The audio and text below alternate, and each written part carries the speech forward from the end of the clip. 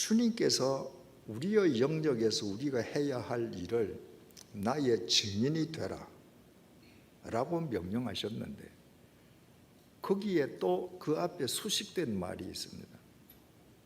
땅 끝까지 이르러 내 증인이 되라는 것입니다. 그래서 믿음이 좋은 분일수록 좀 더 주님의 말씀대로 살기 원하는 열망을 가지신 분들일수록 땅 끝에 대한 채무감을 갖고 있습니다. 그래서 교회에서 가든지 보내든지라는 표를 유포하기도 합니다.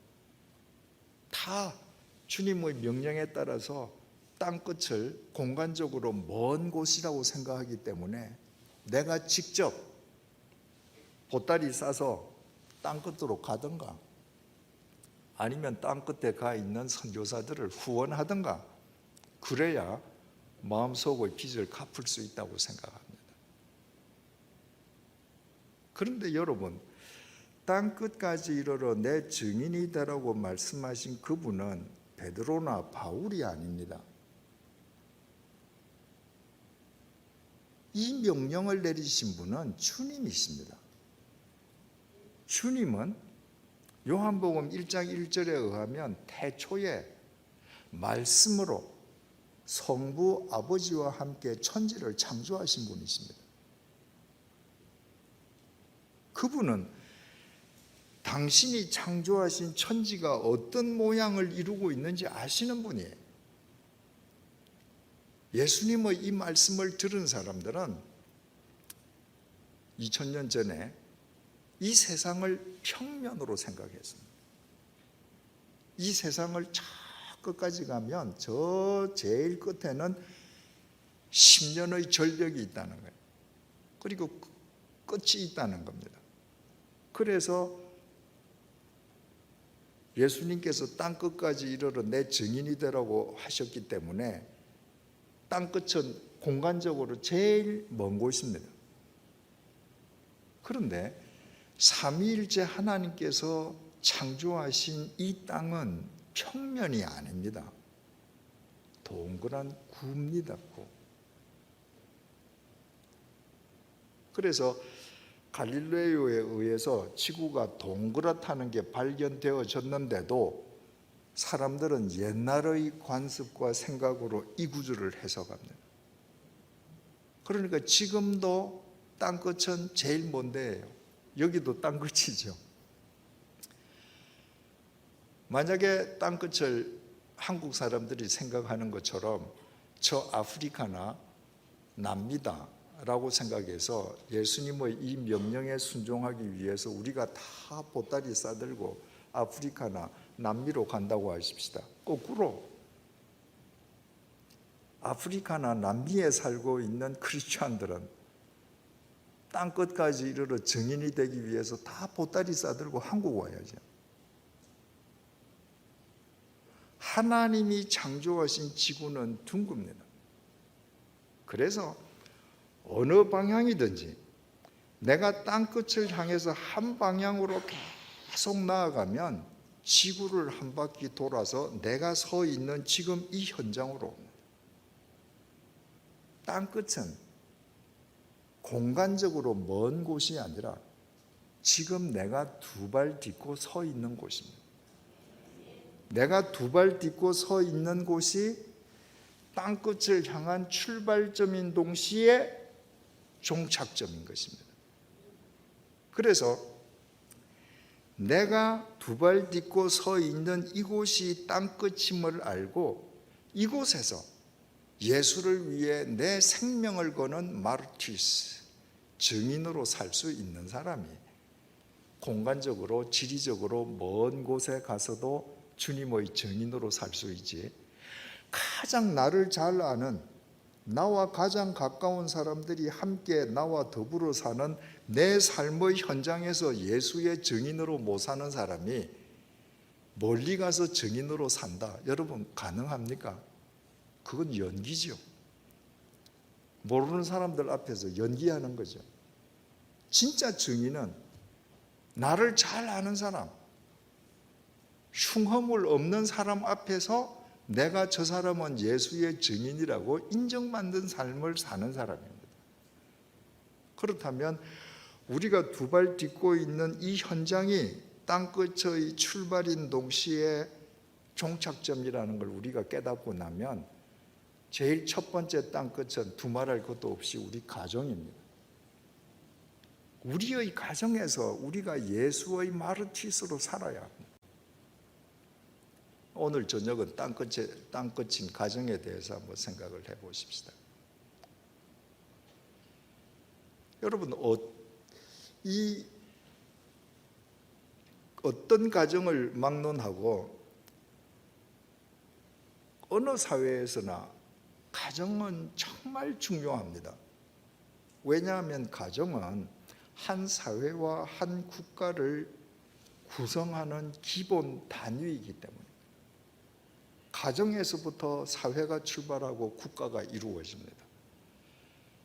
성경이 66권 아닙니까? 그 66권 중에서 구약 성경이 39권입니다. 그 39권 구약 성경의 첫 번째 책이 창세기입니다.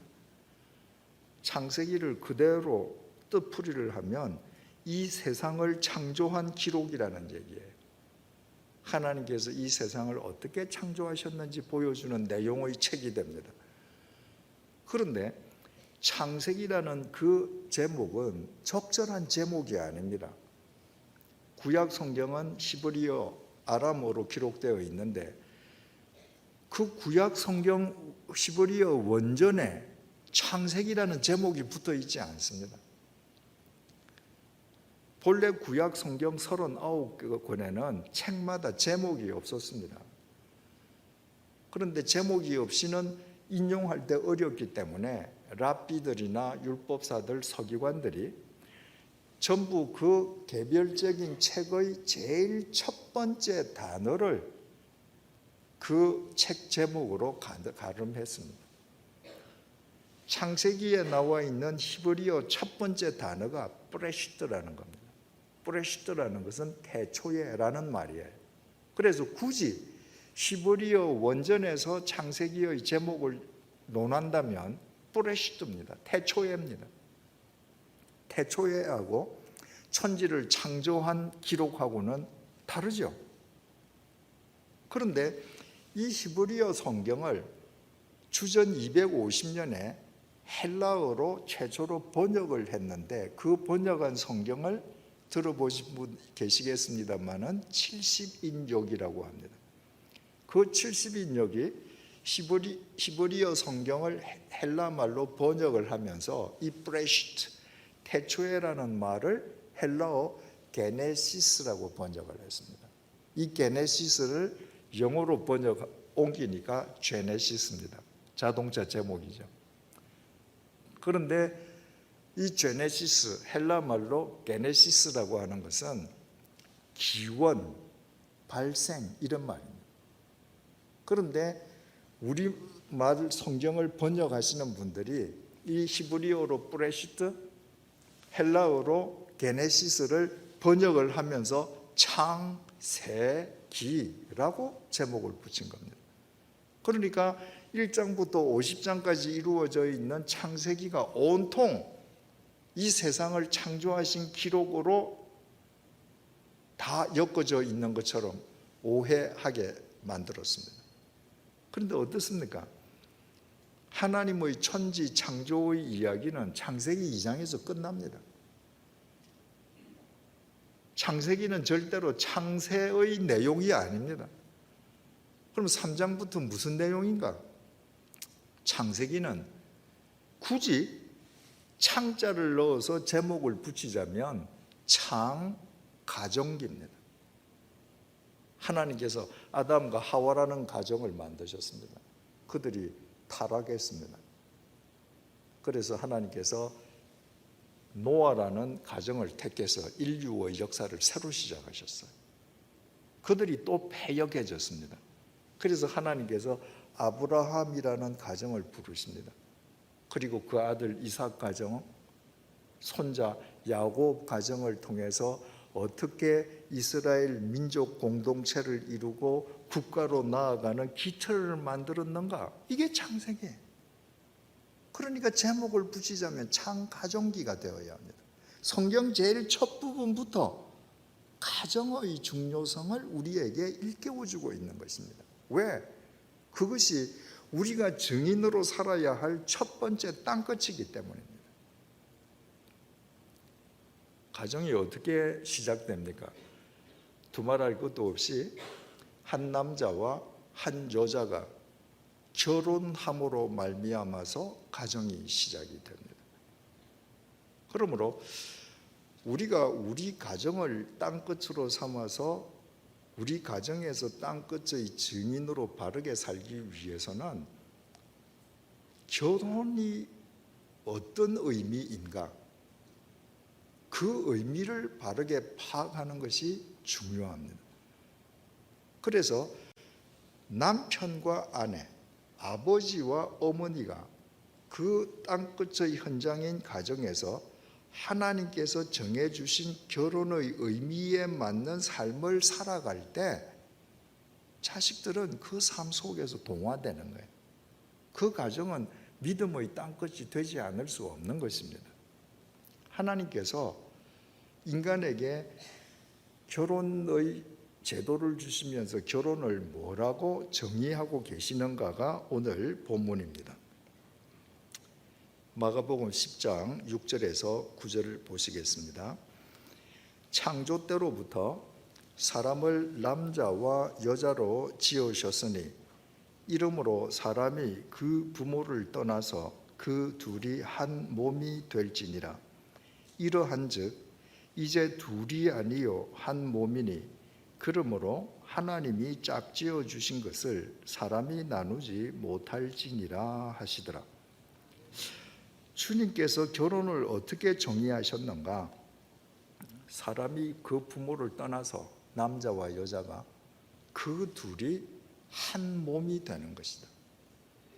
그 둘이 이제 둘이 아니요 한 몸이니 누구도 나누지 못한다. 결혼은 남자와 여자가 결혼을 통해서 남편과 아내가 되어서 둘이 한 몸으로 살아가는 겁니다. 한 몸으로 살아간다고 하는 것은 바꾸어 말하면 둘이서 한 인생을 살아가는 것입니다.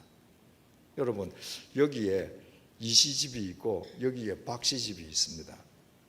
이 박씨라는 한 사람, 이씨라는 한 사람 서로 이웃하고 있는데 이 두 사람이 각각 자기 인생, 그러니까 두 사람이 두 인생을 사는 건 당연하죠. 그런데 부부는 어떤 사람인가?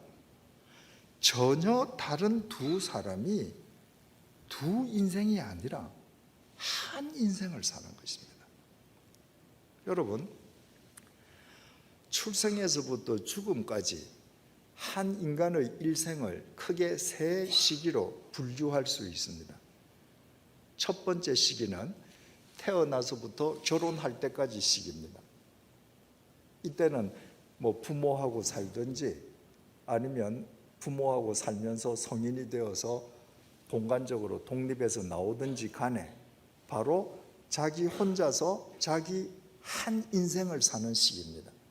부모하고 살아도 부모하고 둘이서 한 인생을 사는 건 아닙니다. 그러니까 사람은 누구든지 태어나면 혼자서 한 인생을 살게 됩니다.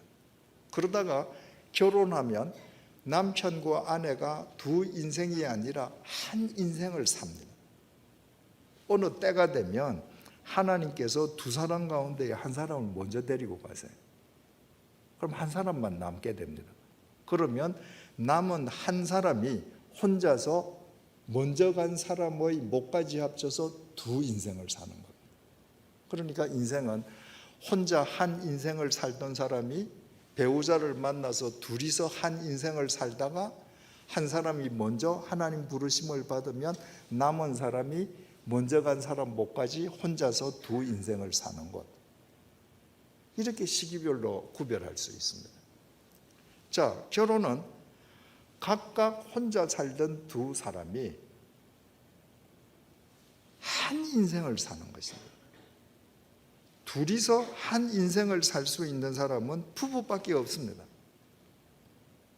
그런데 결혼하고 부부가 되어서 같은 방에서 잠을 자면서도 둘이가 한 인생을 살지 못하고 두 인생을 사는 사람들이 우리 주위에 너무 많습니다. 여러분, 천국과 지옥은 공간이 아닙니다. 천국과 지옥은 관계 속에 있습니다. 둘이서 한 인생을 살아야 될 남편과 아내가 같은 집에 살면서 서로 둘이서 두 인생을 살아봐요. 지옥입니다. 남편과 아내는 반드시 둘이서 한 인생을 살아야 합니다. 한 인생을 살기 위한 대전제 조건이 있습니다. 그리스도인으로서 각각 다른 환경, 다른 부모 밑에서 다른 인생을 살다가 둘이서 한 인생을 살기 위해서는 반드시 그리스도 안에서 동일한 신앙관을 가져야 됩니다. 동일한 신앙관을 갖지 않고 각각 자기 인생을 살던 두 성인이 둘이서 한 인생을 산다. 불가능합니다. 동일한 신앙관을 갖는다고 하는 것은 두 사람이 남편과 아내가 같은 교회를 다닌다. 같은 교회에서도 같은 부서에서 봉사한다. 그걸 의미하지 않습니다. 같은 교회 다니면서도 두 인생을 사는 사람들이 있지 않습니까? 남편과 아내가 둘이서 한 인생을 살기 위해서 동일한 신앙관을 지닌다고 하는 것은 세상의 은금이 아니라, 물질이 아니라 오직 예수 그리스도만을 우리 인생, 우리 가정의 머리로 모시고 산다는 신앙관이 일치해야 된다는 것입니다. 이것이 일치하지 않으면 아무리 교회에 다녀도 둘이서 한 인생을 살기가 어렵습니다. 여러분, 제가 글을 하나 읽어 드릴게요. 잘 들어보십시오. 오늘날의 신자를 향하여 그대가 예수님을 믿는 목적이 무엇이냐고 물으면 곧 대답하기를 죄 사함을 입어 영생에 들어가기 위하여라고 말합니다. 그러나 사실이 그렇습니까? 그보다도 생활이 나아지기 위하여, 남의 신용을 얻기 위하여, 인격 수양을 얻기 위하여, 사회 사업을 하기 위하여 믿는 자가 더 많지 않습니까? 그 증거로는 저희 중에 자기 죄를 위하여 슬퍼하는 사람이 없다는 것입니다. 그들은 죄라면 살인, 강도나 간음, 사기 같은 법률상의 죄로만 알 뿐이요, 그런 잘못이 없는 한 자기는 의인인 줄로 압니다. 기도할 때는 습관처럼 저는 죄인이오나 하지만 머리를 들고 있는 동안은 자신이 죄인이라는 생각은 조금도 없습니다. 영생을 원한다고 하나 그 영생은 늙은이에게는 욕심밖에 더 되는 것 없고 젊은이에게는 내용 없는 빈 말밖에 되는 것이 없습니다. 불신자가 누리는 세상 영화에서 털끝만 한 것도 빼지 않고 다 누린 후에 천당에 가서 불신자는 못 가지는 복락을 또한 한 가지 더 얻자는 것이니 욕심의 변태가 아니고 무엇이겠습니까? 몸은 비록 죽으나 우리의 사업과 정신은 후에 남는 것이라고 생각하니 텅 빈 말이 아니고 무엇이겠습니까? 여러분, 참 오늘날 그리스도인들의 믿음의 실상을 참 잘 밝힌 글 아닙니까?